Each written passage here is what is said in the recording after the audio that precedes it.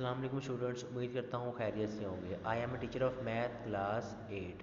अच्छा बच्चों, आज का हमारा काम है ना जो रिव्यू एक्सरसाइज के ऊपर होगा, ठीक है। तो यहाँ पर हमारी एक्सरसाइज नंबर 2 चल रही थी रिव्यू, ठीक है। तो इसको हम करते हैं जी। तो यहाँ पर सोल्यूशन वाला क्वेश्चन था, क्वेश्चन नंबर 2 से स्टार्ट हो रहा है, ठीक है। तो पहला क्वेश्चन है फाइंड द नेक्स्ट टर्म्स। आपको एक सीक्वेंस दी जाएगी, आपने जो अगली टर्म्स है ना वो फाइंड करनी। यहाँ पर आपको क्वेश्चन के अंदर ना नज़र आ रहा होगा कि यहाँ पर 12 है, 14 है, 17 है, 21 है। आपने इसके दो नेक्स्ट ना टर्म्स फाइंड करनी है। अब बच्चों देखो ना, आपको क्वेश्चन में नज़र आ रहा होगा कि सीक्वेंस क्या बन रही है। अब देखो 12 में मैं क्या ऐड करूँगा, 14 है तो 2 ऐड किया मैंने, ठीक है। अब 14 में क्या ऐड करेंगे, 17 है तो मैंने क्या बना 3 ऐड कर दिया। अब 17 में हम क्या ऐड करें, 21 है तो 4। तो यहाँ पर सीक्वेंस बनी 2 3 4। अब हम क्या ऐड करेंगे, 21 में 5 ऐड करते हैं, कितना आ जाएगा 26 आ जाएगा। अब 6 में हम 6 ऐड कर देंगे तो क्या आ जाएगा 32, यही हमारा आंसर है। अब नेक्स्ट वाली जी 1 3 9। अब देखो बच्चों, 1 को मैं 3 से मल्टीप्लाई करूँ 3 आ जाएगा, 3 को 3 से करूँगा क्या आ जाएगा 9। अब 9 को मैंने 3 से मल्टीप्लाई किया क्या आ जाएगा 27, 27 को 3 से करूँगा क्या आ जाएगा 81। तो सीक्वेंस बनी थी कि आपने 3 को 3 से मल्टीप्लाई करना है।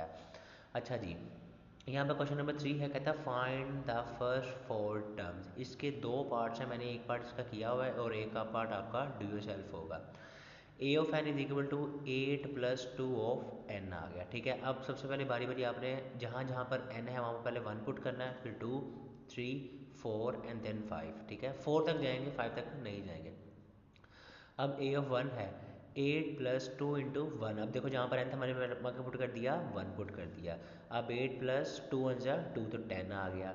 अब मैंने 2 पुट किया तो 8 प्लस 2 इंटू 2 तो 2 2 ज़ा 4, तो 8 प्लस 4 12 आ जाता है। अब मैंने एन 3 पुट कर दिया, ठीक है। तो 8 प्लस 2 इंटू 3 तो 3 2 ज़ा 6 14 आ गया। अब 8 प्लस 2 इंटू 4, अब मैंने एन की जगह क्या पुट कर दिया 4 पुट कर दिया। तो 4 2 ज़ा 8, 8 प्लस 8 16। तो सीक्वेंस क्या बनी 10 12 14 और 16। अच्छा बच्चों, अगले क्वेश्चन की तरफ चलते हैं, ठीक है। इसका जो नेक्स्ट पार्ट है ना वो आपने डू योर सेल्फ करना है। अब है क्वेश्चन नंबर 4, कहता है कि ना find a of 15 by position to the term rule 1 4 7 और 10 है। अब पोजीशन हमारे पास 4 नंबर थे, मैंने 4 की लिख दी 1 2 3 4। अब 3 टाइम टेबल का मतलब क्या है, इसकी सीक्वेंस क्या बन रही है, 1 में क्या ऐड करें 4 3 3, 4 में हम क्या ऐड करेंगे 7 आ जाए तो 3। तो इसकी सीक्वेंस 3 बनी थी तो हमने टेबल 3 टाइम कर दिया।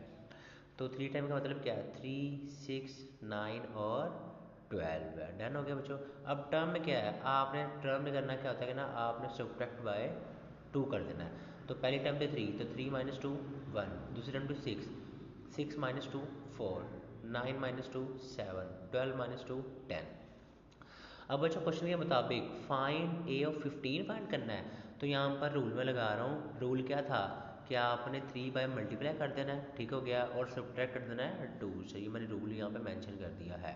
तो ए ऑफ 15 फाइंड करना है, तो 15 इंटू 3 माइनस 2, तो मेरे पास आंसर क्या आ गया 45 माइनस 2, तो आंसर 43 आ गया है।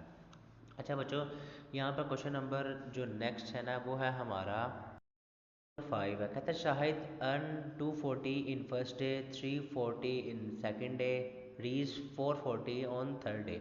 How much did he earn in ninth day. ये अर्निंग है एक बंदे की, ठीक है। तो आपने बताना है कि 9 दिनों में इसने कितने पैसे कमाए। अब जो सीक्वेंस क्या बनी 240 340 और 440। अब देखो हमें अरिथमेटिक सीक्वेंस का फॉर्मूला का पता है, ठीक है। वो फॉर्मूला क्या होता है, a of n is equal to a of 1 plus n minus 1 d. अब इसके अंदर हमें ए ऑफ 1 चाहिए, एन चाहिए और डी चाहिए। तो पहली टर्म हमेशा वो ए ऑफ 1 होती है, डी कॉमन डिफरेंस होता है, तो बाद वाली में से आपने पहला वाला माइनस कर देना, तो ये 100 आ गया। और एन हमने कितनी टर्म में जाना 9 डे में जाना, तो एन क्या आ गया 9 आ गया। अब देखो ज़रा बच्चों, यहाँ पर मैंने फॉर्मूला में वैल्यू पुट की, ठीक है। फॉर्मूला यहाँ पर मैंशन करता हूँ, a of 9 is equal to a of 1 plus n minus 1 d आ गया जी। अब ए ऑफ 1 240 था, एन हमारे पास 9 था और डी हमारे पास 100 था। तो 249 माइनस 1 8, तो इसको से मल्टीप्लाई किया तो 800 आ गया। 240 प्लस 800 आंसर क्या आ गया 1040।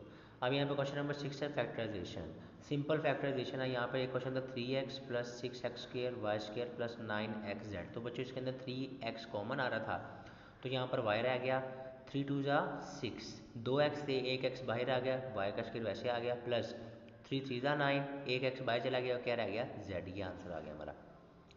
यहाँ पे लिखा हुआ है y4 -12 वाई स्क्र प्लस 36। बच्चों ये ना एक फॉर्मूला क्लोज हो रहा है, अगर मैं इसको y4 है तो वाई स्क्र का स्क्र, ठीक है, यहाँ पर क्या है 6 का स्क्र, यानी कि ए स्क्र का स्क्र बी का स्क्र।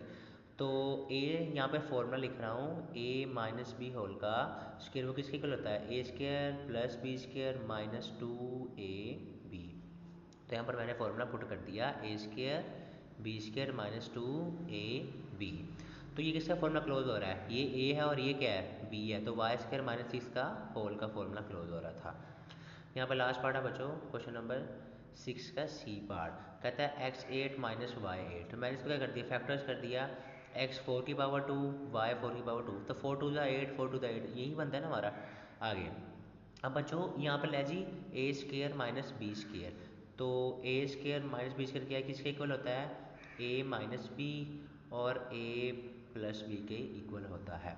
तो मैंने एक दफ़ा प्लस में लिख दिया, एक दफ़ा माइनस में, हमने प्लस वाले को नहीं छेड़ना, माइनस वाला दोबारा फिर फॉर्मूला बन रहा है, स्क्वायर का स्क्वायर माइनस बी स्क्वायर का स्क्वायर, एक दफ़ा प्लस में एक दफ़ा माइनस में। अब देखो मैंने ये प्लस वाले को नहीं छेड़ा, ये प्लस वाले को मैंने नहीं छेड़ा। अब यहाँ पर फिर फॉर्मूला बन रहा है ए स्क्वायर माइनस बी स्क्वायर का, तो ए माइनस बी और ए प्लस बी। तो बच्चों 6 का इसका एक पार्ट रह गया होगा, मे बी आपने वो ट्राई लाजमी करना है, ठीक है। तो आज हमने क्वेश्चन नंबर 2 3 4 5 6 किए हैं, ठीक हो गया। उम्मीद करता हूँ बिल्कुल समझ आए होंगे। मिलते हैं अगले लेक्चर में, तब तक के लिए अल्लाह हाफिज़।